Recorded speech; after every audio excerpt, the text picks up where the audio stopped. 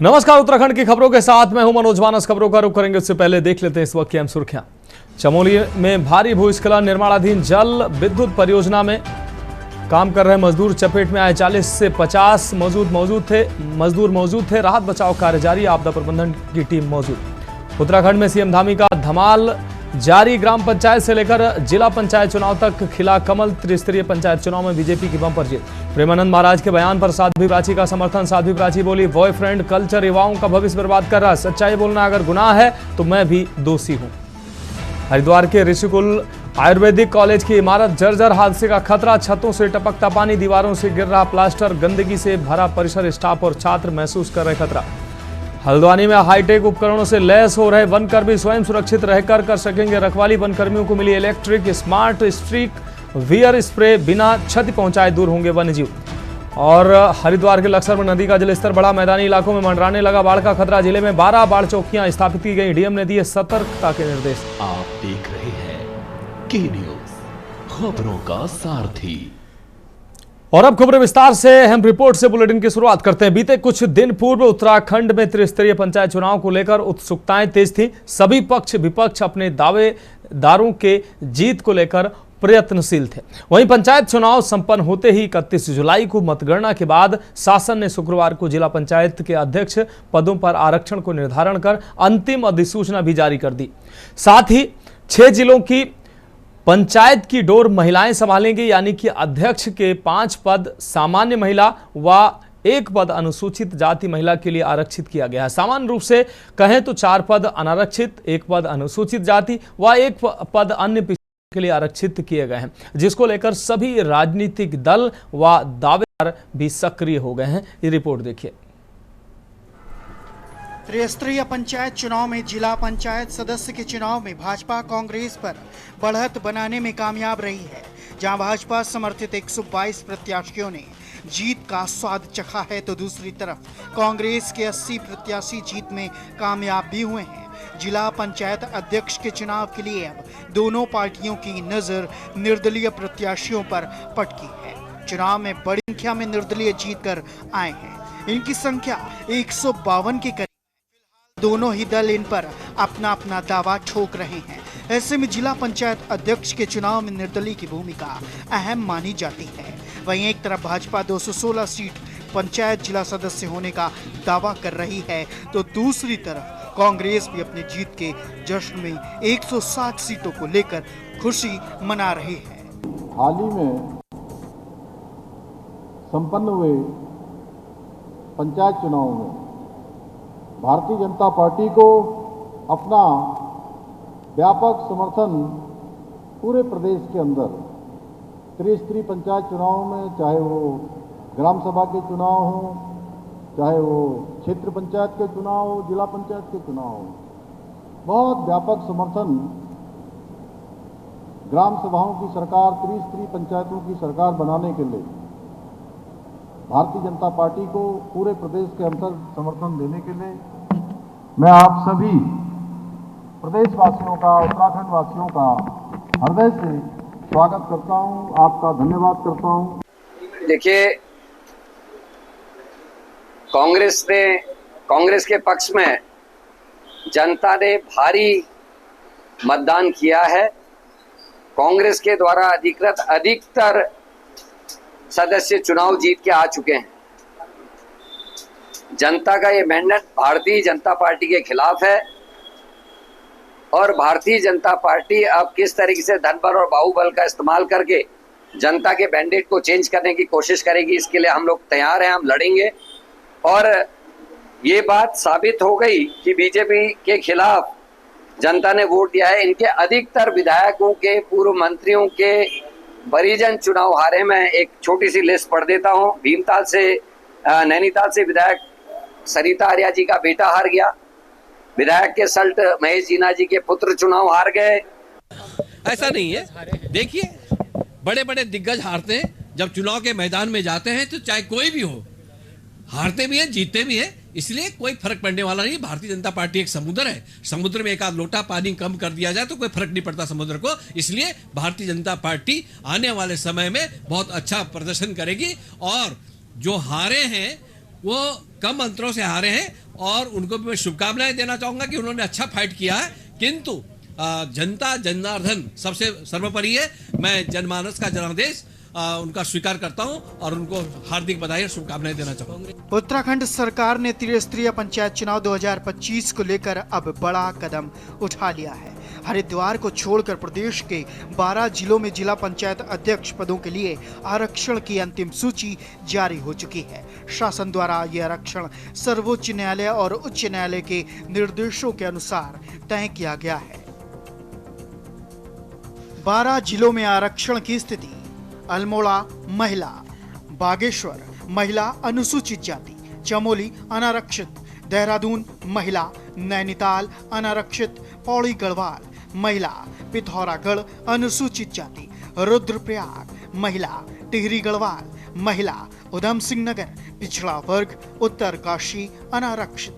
शासन ने आरक्षण को लेकर साफ कर दिया है कि यह आरक्षण पूरी पारदर्शिता और नियमों के तहत तय किया गया है। इस प्रस्ताव के खिलाफ अब कोई भी आपत्ति स्वीकार नहीं की जाएगी। इस आरक्षण के आधार पर जल्द ही जिला पंचायत अध्यक्ष पदों के लिए चुनावी प्रक्रिया शुरू होगी। वहीं आरक्षण को लेकर सरकार समर्थन में है, तो दूसरी तरफ कांग्रेस आरक्षण को लेकर गंभीर आरोप लगाती नजर आ रही है। विपक्ष का मानना है कि सरकार की मंशा साफ नहीं है। इस प्रक्रिया को नतीजे आने से पहले जारी किया जाता रहा है, जो सरकार ने इस बार नहीं किया। अब कांग्रेस जिला पंचायत अध्यक्षों के आरक्षण को लेकर आपत्तियां दर्ज कराएगी। इस तरीके से कांग्रेस के प्रत्याशियों ने प्रदर्शन किया है, इससे साबित हो गया है कि जनता बदलाव चाहती है, क्योंकि जनता जनार्दन का आशीर्वाद कांग्रेस के प्रत्याशियों को भरपूर मिला है और भारतीय जनता पार्टी के पास चालबाजी के अलावा कोई रास्ता नहीं है। हम पहले से ही मांग कर रहे थे कि जिला पंचायत की जो अध्यक्ष सीटें हैं उनका आरक्षण जारी किया जाए, लेकिन सरकार ने चुनाव परिणामों को इंतजार किया और जैसे ही चुनाव परिणाम सरकार के खिलाफ आए, आप देखिए कि अध्यक्ष की सीटों का मनमाना आरक्षण जारी किया गया है। पूरे पंचायती राज एक्ट की धज्जियां उड़ाई गई हैं। पंचायत चुनाव से पहले भी सरकार जो है पंचायती राज एक्ट के खिलाफ काम कर रही थी। कांग्रेस पार्टी निश्चित तौर पर सरकार के इस मनमाने आरक्षण के खिलाफ जो है माननीय न्यायालय का रुख भी करेगी और जनता के बीच भी जाएगी। जनता रूप से जो सरकार ने आरक्षण नीति घोषित की है, ये तरीका सही नहीं है। या आप इलेक्शन से पहले कर देते कोई दिक्कत नहीं, लेकिन इलेक्शन के बाद करने में क्या है कि आपने देख लिया कि हमारे कहाँ से जीते हैं, कितने जीते हैं। सरकार में जो बैठी है पार्टी, वो अपने हिसाब से उसको आरक्षण उन्होंने निर्धारित कर लिया, जो कि गलत है। सही मायने में ये होना चाहिए था कि ये आरक्षण पहले से निर्धारित हो जाना चाहिए था कि यहाँ पर ये इस सीट पर ये रहेगा। ये आरक्षण यदि ये इलेक्शन से पहले कर देते तो निश्चित रूप से कोई बात ही नहीं थी, लेकिन सरकार की मंशा सही नहीं है। सरकार इसमें अपने हिसाब से इसको लेके जाना चाहिए, जो कि लोकतंत्र के लिए बहुत अच्छी बात नहीं है। देखिए, सरकार ने अपनी तरफ से आरक्षण की प्रक्रिया को बहुत ही सही और पारदर्शिता से किया है। उसमें महिलाओं को भी स्थान दिया है, उसमें SC ST को भी स्थान दिया है, उसमें साधारणतः जो चुनाव जीत करके हमारे उनको भी स्थान दिया गया है। तो आरक्षण पर किसी भी प्रकार का कोई सवाल उठाना मुझे लगता है कि ये ठीक नहीं होगा। और सरकार का और चुनाव आयोग ने जिस तरीके से इस आरक्षण को लेकर के, क्योंकि हर एक को अपना प्रतिनिधित्व मिले, हमारे यहाँ 12 सीटें हैं, यहाँ महिलाओं को भी प्रतिनिधित्व मिले, SC ST को भी प्रतिनिधित्व मिले, ये कहीं ना कहीं इस आरक्षण में देखा गया। उत्तराखंड पंचायत चुनाव के नतीजों की तस्वीर लगभग साफ हो चुकी है। इस बार के चुनावी नतीजे काफी दिलचस्प हैं, क्योंकि कांग्रेस और भाजपा दोनों ही अपनी अपनी पार्टी दफ्तरों में जश्न मना रहे हैं। वहीं निर्दलीय भी चुनावी नतीजों से गदगद है। हालांकि इस चुनाव के रिजल्ट ने कांग्रेस पार्टी के भीतर एक नई जान फूंक दी है। अब चुनाव संपन्न होने के साथ ही आचार संहिता भी समाप्त हो गई है, लेकिन जिला पंचायत अध्यक्षों के आरक्षण को लेकर बवाल बढ़ता नजर आ रहा है। अब ये देखना होगा कि विपक्षी दल जिला पंचायत अध्यक्षों के आरक्षण की लड़ाई को लेकर कितनी दूर चलते हैं। Uttarakhand desk report. बढ़ेंगे अगली खबर की ओर। खबर देहरादून से, जहां प्रधानमंत्री किसान सम्मान निधि के कार्यक्रम में बोलते हुए प्रधानमंत्री नरेंद्र मोदी ने इशारों में अमेरिका पर भी हमला कर दिया। प्रधानमंत्री ने मेक इन इंडिया पर फिर से जोर दिया। इस मामले पर बोलते हुए उत्तराखंड के मुख्यमंत्री पुष्कर सिंह धामी ने कहा कि प्रधानमंत्री दूरदर्शी सोच के व्यक्ति हैं। वो जानते हैं कि भारत खुद के पांव पर जब खड़ा होगा तभी मजबूत और विकसित होगा। अमेरिका ने जिस तरह से टैरिफ बढ़ाया और उसके बाद प्रधानमंत्री का ये बयान देश को मजबूत करने वाला और आत्मनिर्भर बनाने वाला है।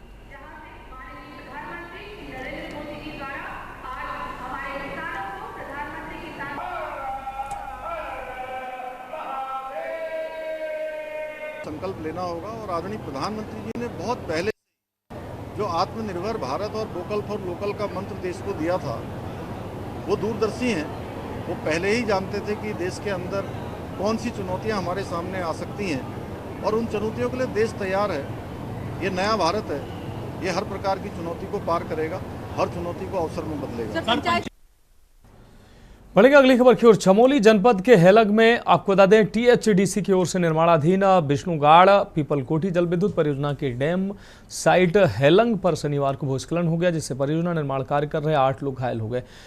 घटना की सूचना मिलने पर तहसील प्रशासन, पुलिस, एसडीआरएफ और स्वास्थ्य विभाग की टीम मौके पर पहुंची, जहां रेस्क्यू कर सभी घायलों को चिकित्सालय में भर्ती कराया गया। जिलाधिकारी संदीप तिवारी ने बताया कि हेलंग में हुई घटना के दौरान किसी भी व्यक्ति के हताहत होने की सूचना नहीं है।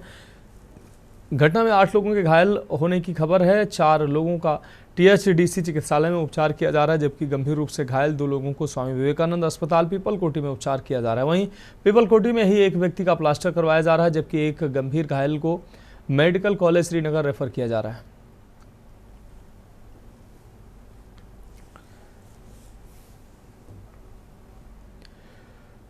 बढ़ेंगे अगली खबर की ओर। हरिद्वार के मैदानी इलाकों में बाढ़ का खतरा मंडराने लगा है। उत्तराखंड के पहाड़ों में लगातार हो रही भारी बारिश का असर अब लक्सर और कानपुर जैसे ग्रामीण क्षेत्रों में भी दिखाई देने लगा है। आपको बता दें, बाणगंगा सोनाली नदी का जलस्तर बढ़ने से बाढ़ जैसी स्थिति बन गई। प्रशासन ने स्थिति की गंभीरता को देखते हुए आपदा प्रबंधन विभाग को अलर्ट मोड पर भेज दिया है। गौरतलब है कि लक्सर और कानपुर जैसे क्षेत्रों में बाणगंगा और सोलानी नदी अक्सर उफान पर आ जाती हैं, जिससे आसपास के गांव में जलभराव और फसलों को भारी नुकसान होता है। प्रशासन की तैयारी इस बार बेहतर मानी जा रही है।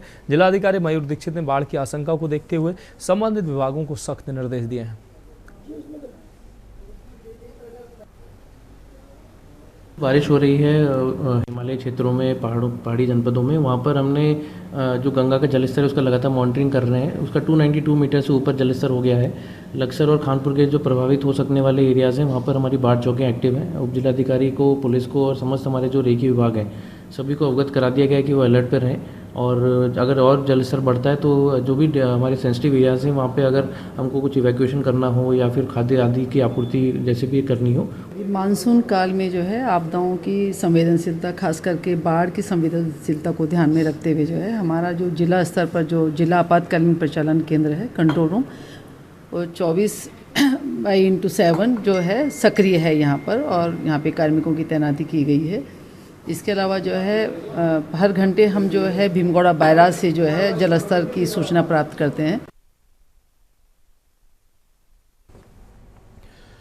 अगली खबर हरिद्वार से, जहां शिक्षण संस्थान की जर्जर इमारत कभी भी राजस्थान स्कूल हादसे की पुनरावृत्ति करा सकते हैं। इसमें यहां संचालित ऋषिकुल आयुर्वेदिक कॉलेज की जर्जर इमारत का प्रमुखता से उल्लेख किया जा रहा है। कॉलेज की न सिर्फ छतें टपक रही हैं, बल्कि दीवारों सहित छतों का प्लास्टर भी गिरता नजर आ रहा है। बहरहाल बदहाल इमारत से अजीब सी दुर्गंध महसूस हो रही। यही नहीं, कॉलेज के शौचालय भी बदहाल स्थिति में हैं, साथ ही पीने के पानी की सुविधा भी नहीं है उपलब्ध है, और कॉलेज के परिसर में चारों तरफ गंदगी फैली दिखाई दे रही। कॉलेज के शिक्षार्थियों सहित स्टाफ दबी जुबान से स्वयं की जान को खतरा बने रहने की बात स्वीकार करते हैं।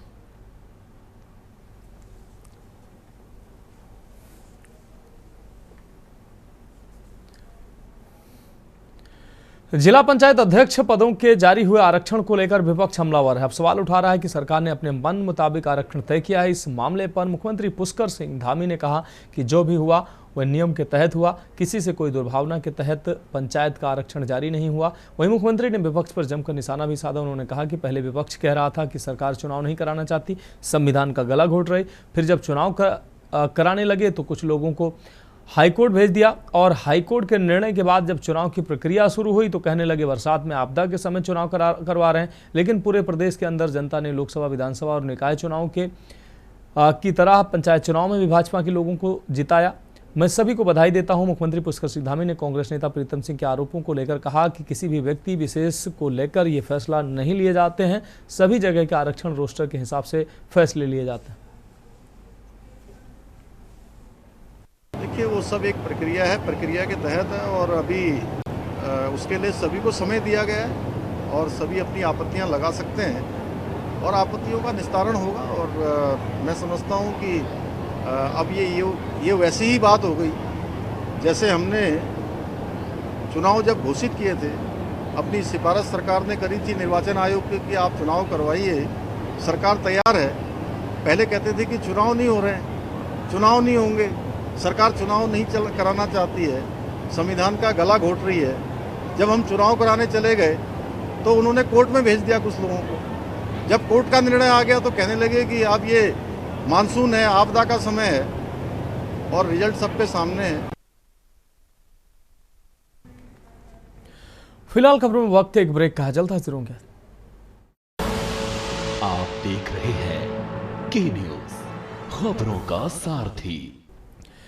ब्रेक के बाद उत्तराखंड की खबरों में एक बार फिर से आपका स्वागत है। रुक करेंगे अगली खबर का। उत्तराखंड हाईकोर्ट में त्रिस्तरीय पंचायत चुनाव को लेकर दायर अलग अलग जनहित याचिकाओं पर एक साथ सुनवाई हुई है। मामले की सुनवाई के बाद कोर्ट की खंडपीठ ने सभी याचिकाओं को निस्तारित करते हुए कोर्ट ने याचिकाकर्ताओं से कहा कि चुनाव याचिका दायर कर अपनी आपत्ति दर्ज कराकर अपना पक्ष रखने को कहा। आपको बता दें कि नैनीताल के ग्राम बुडलाकोट निवासी आकाश बोरा ने जनहित याचिका दायर कर कहा कि उनके इस ग्राम सभा की वोटर लिस्ट में 82 बाहरी लोगों के नाम शामिल किए गए हैं। इनमें अधिकतर लोग उड़ीसा राज्य व अन्य जगह के हैं, जबकि उच्च न्यायालय में दायर अन्य जनहित याचिकाओं में वोटर लिस्ट में नाम काटे जाने व नगर निगम व नगर पंचायत दोनों जगहों की वोटर लिस्ट में नामों को लेकर जनहित याचिकाएं दायर हुई थी।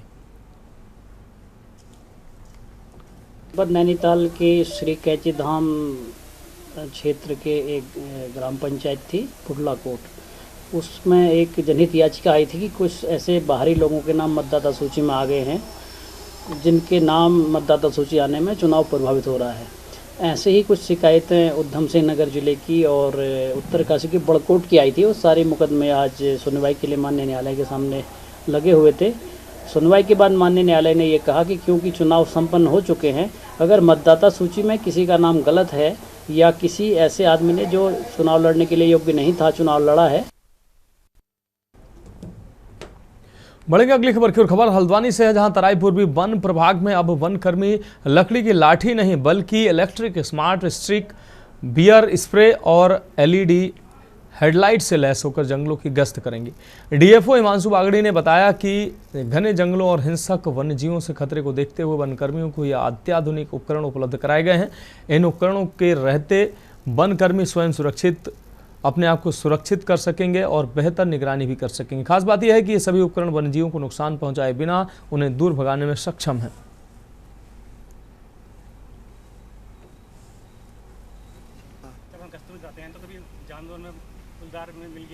हमारे जो फील्ड स्टाफ जंगलों में जब गश्त करते हैं तो कई बार ऐसी घटनाएं होती हैं कि उनका जानवरों से आमना सामना हो जाता है।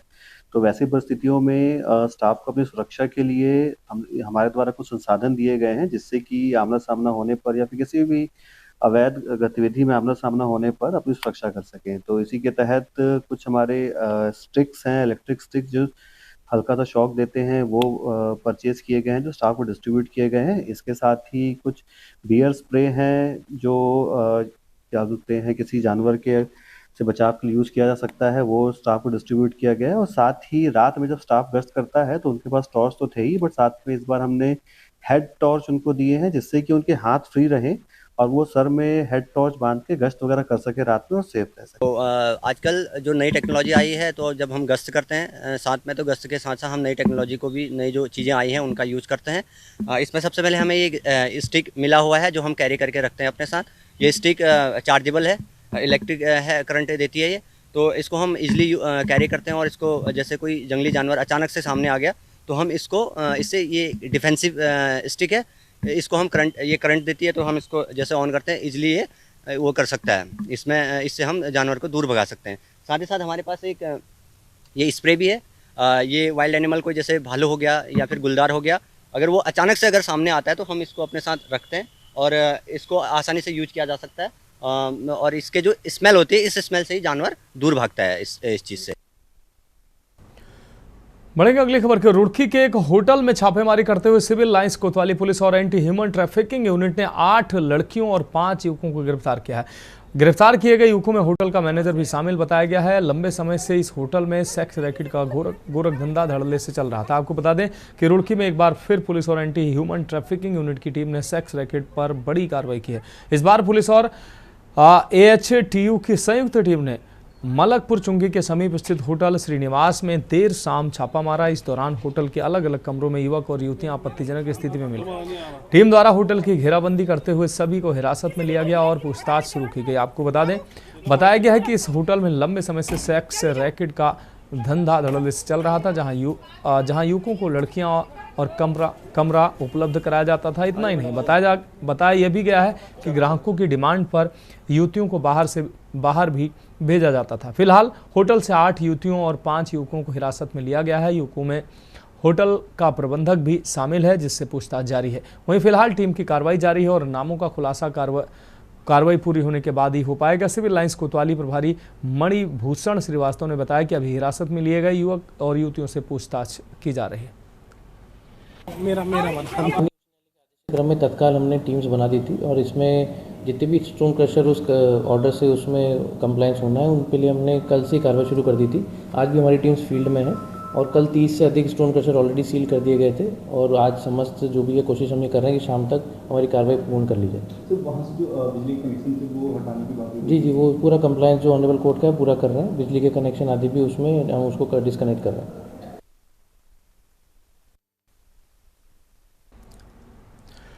हरिद्वार में गंगा नदी के तट आपको बता दें तल से हो रहे अवैध खनन पर अब न्यायिक चाबुक चला। उत्तराखंड उच्च न्यायालय ने हरिद्वार के जिला अधिकारी और वरिष्ठ पुलिस अधीक्षक को स्पष्ट निर्देश दिए हैं कि जिले में संचालित सभी स्टोन क्रशरों को तत्काल प्रभाव से बंद कराया जाए और उनकी बिजली पानी की आपूर्ति भी तत्काल काट दी जाए।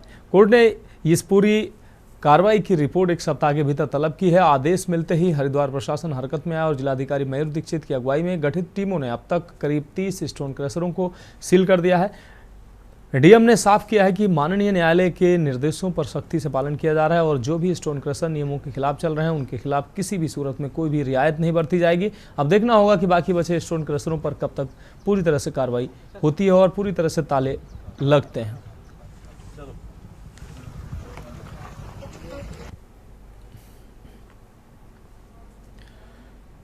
डोईवाला में शहीद दुर्गा मल्ल राजकीय स्नातकोत्तर महाविद्यालय में छात्र संघ नेता राजीकरण शाह ने प्राचार्य को ज्ञापन सौंपा है। ये ज्ञापन श्री देव सुमन विश्वविद्यालय द्वारा घोषित परीक्षा परिणाम में की गई अनियमितताओं को लेकर किया गया है। राजकिरण शाह ने आरोप लगाया है कि विश्वविद्यालय द्वारा वर्तमान में उपस्थित छात्र छात्राओं को भी अनुपस्थित दिखाया गया है, उससे उनका भविष्य खतरे में पड़ गया है। उन्होंने चेतावनी दी है, यदि जल्द रिजल्ट में सुधार नहीं किया गया तो आंदोलन किया जाएगा।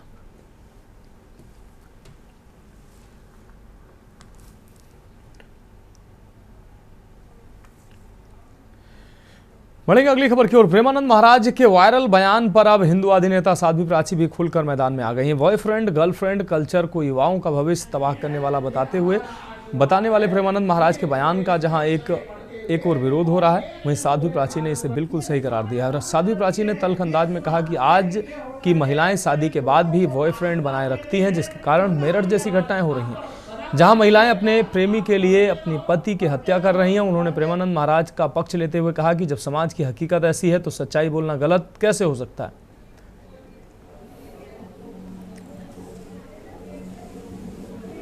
पूज्य प्रेमानंद जी महाराज जी को मैं बहुत सम्मान करती, पूरा समाज करता है और उनकी जो वक्तव्य होता है, उनकी जो प्रवचन होता है वो बहुत अच्छा होता है, समाज को दिशा देने का काम करता है। पूज्य महाराज जी ने किस उसको प्रकरण को लेकर की ये बात कही, लेकिन एक बात जरूर निकल के आई है कि जो बेटियां अपनी भारतीय संस्कृति को छोड़ करके वेस्टर्न कल्चर की तरफ दौड़ रही है, कई बॉयफ्रेंड रख रही है, वो घर नहीं बसा सकती।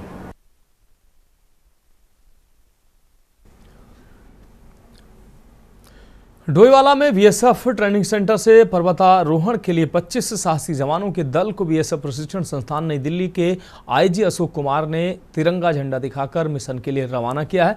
डोईवाला बीएसएफ सेंटर में एक कार्यक्रम में नई दिल्ली बीएसएफ प्रशिक्षण संस्थान के आईजी अशोक कुमार ने कहा कि वैसे तो हमारी ये टीम सीमा की रक्षा के साथ ही अनेक साहसी कार्यों को करने में निपुण है, लेकिन ऊंची चोटियों को फतेह करने का जो साहस बीएसएफ जवानों में है वो हमारी पहचान है। तमाम कठिन और ऊंची चोटियों को फतेह कर चुके बीएसएफ के अधिकारी लवराज सिंह धर्मसक्तू जिले जिन्हें पद्म पुरस्कार से सम्मानित किया जा चुका है, वो रिकॉर्ड 7 बार पर्वतारोहण कर चुके हैं और अब इस टीम का नेतृत्व करेंगे और अपने मिशन को सफलतापूर्वक प्राप्त करेंगे, ऐसी उम्मीदें हैं। पर्वतारोहण टीम में महिला जवान भी शामिल हैं। उनके जोश और जज्बे को देखकर कहा जा सकता है कि वो इस मिशन को बेहद आसानी से पूरा कर लेंगी। इससे पहले भी मैंने बीएसएफ से 3 पिक किया हुआ है। 2022 में मैं ब्लैक पिक में गई थी, उसके बाद 2023 में माउंट मानासुलू में गई हूँ, 24 में माउंट मुकुट में गई हूँ। मानासुलू जो है कि 8000 से ज़्यादा है, हाइट उसकी 8163 है और माउंट मुकुट है 7200 समथिंग है। तो बीएसएफ ने हमें मौका दिया है, मतलब लड़कियों को अपना साहस दिखाने का, तो हम कोशिश करेंगे। सर मेरा नाम सिरिंग शोरोल है और मैं लद्दाख से हूँ। जी हम बहुत खुश हैं और दोबारा हमको मौका मिला है। इससे पहले हमने मुकुट किया था और वो तो 7000 का पिक था जो हमने सक्सेसफुली सबमिट करके आए हैं। तो ये दल है लगभग, उसमें 22 सदस्य हैं और 3 एडम के लोग हैं। 25 लोगों का ये दल है जो कि 4 चोटियों को कवर करेगा, जो कि सारी चोटियाँ 6000 फीट से ऊपर हैं, 6000 मीटर से ऊपर हैं। और मेरा पूर्ण विश्वास है कि हमारा दल ये चीज़ सफलतापूर्वक करेगा।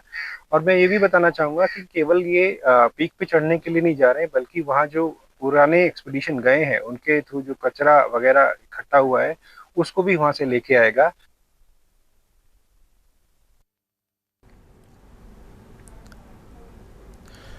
रुड़की के झबरेड़ा थाना क्षेत्र के गांव कुटवाल आलमपुर में आज उस समय अफरा तफरी मच गई जब गांव के रहने वाले कुछ लोगों ने डॉक्टर तेजपाल के घर पर पहुंचकर अंधाधुंध फायरिंग कर डाली। अचानक हुई इस फायरिंग में 2 लोग घायल हो गए, जिसके बाद उन्हें रुड़की सिविल अस्पताल में भर्ती कराया गया, जहां पर डॉक्टर ने उनकी गंभीर हालत देखते हुए हायर सेंटर रेफर कर दिया है। घटना की सूचना पर मौके पर पहुंची झबरेड़ा पुलिस ने छानबीन शुरू कर दी है। वहीं आरोपी मौके से फरार हो गए। घर की एक बुजुर्ग महिला ने बताया कि आज सुबह तकरीबन 8:30 बजे गांव के कुछ लोग उनके घर पर हथियार लेकर आए और कई राउंड फायर कर डाले जिसमें उनके घर के वंश और सुशील घायल हो गए। महिला के अनुसार पिछले 1.5 माह से चले आ रहे विवाद को लेकर दूसरे पक्ष के लोग घटना को अंजाम देने के बाद मौके से फरार हो गए। फिलहाल पुलिस मामले की छानबीन में जुटी है। गोली मोटरसाइकिल लेकर आया यहाँ। कौन आया था? वो उसका नहीं पता जी मुझे कौन था। कितने बंदे थे? वो तो अकेला था जब तक। फिर आए हुए सारे। कौन कौन थे?